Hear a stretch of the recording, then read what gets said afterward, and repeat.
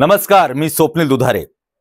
खरं तर आज सकाळची ही 6:30 वाजताची वेळ आहे आणि तुम्हाला काहीतरी आगळं वेगळं दाखवण्यासाठी आज मी या ठिकाणी आलो आहे।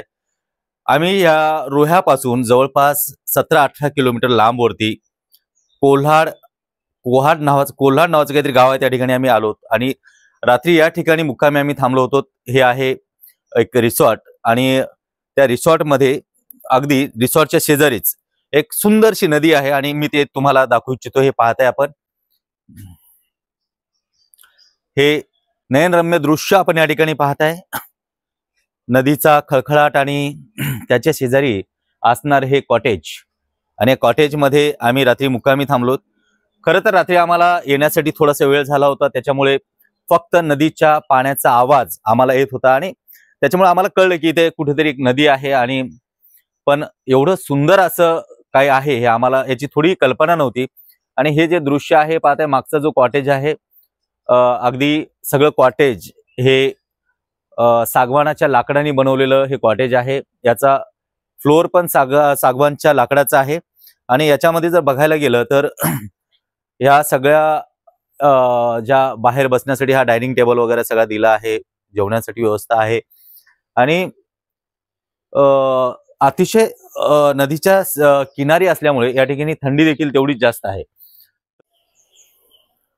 पाहतोय की हे सूर्योदय या ठिकाणी होतंय आणि अतिशय सुंदर असं हे सूर्योदयाचं वेळ जी आहे मी तुम्हाला या ठिकाणी कॅमेरामध्ये दाखवू शकतोय की ह्या नदीच्या किनारी असणारा हे सूर्योदय आपण पाहतोय आणि हे असं हे कॉटेज। मला असं वाटतं की ह्या नदीच्या पलीकडे बहुतेक भारतीय सेना त्यांचं काहीतरी कार्यालय असावं आणि हे बघा, हे असं सगळं नदीच्या किनारी बसून आपण त्या नदीच्या पाण्याचा, बोटिंगचा आस्वाद घेत आपण ह्या ठिकाणी खूप मनोरंजन करण्यासारख्याही गोष्टी आहेत, तर एन्जॉय करू शकता। हा सकाळचा सूर्योदय आहे। मी जवळपास सकाळी 6 वाजल्यापासून हे सगळं पाहतोय। खूप सुंदर असं हे वातावरण आणि हे दृश्य हे कॅमेरा टिपण्याचं सौभाग्य आम्हाला आज मिळालंय।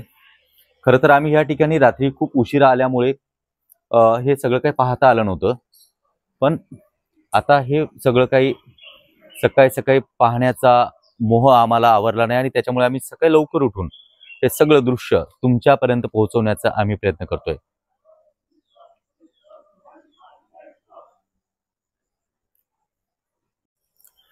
तर चला मित्रांनो, खरं तर हे सगळं तुम्हाला दाखवण्याचा हा माझा छोटासा प्रयत्न होता आणि हे जी सकाळची वेळ आहे, या सकाळच्या वेळेमध्ये असं डोळ्यासमोर दृश्य आल्यानंतर खरंच तो मोह आवरला जात नाही। आणि हे पाहताय आपण, हे सगळं दृश्य सकाळी थंडीच्या वातावरणामध्ये, या ठिकाणी खूप थंडी देखील आहे, अशा वातावरणामध्ये हे सगळं पाहताना जो आनंद होतो तो खरंच खूप अप्रतिम असतो।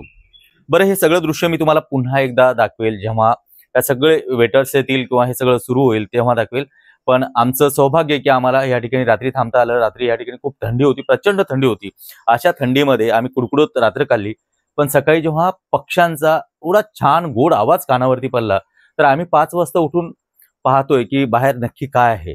आम्हाला रात्री ही कल्पनाही नव्हती की या ठिकाणी एक नदी आहे, बोटिंग आहे वगैरे।